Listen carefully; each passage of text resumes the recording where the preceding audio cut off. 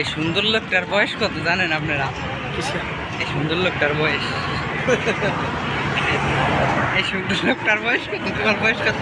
আমার 40। 40? এর বয়স হলো 40। কি সুন্দর দেখছেন।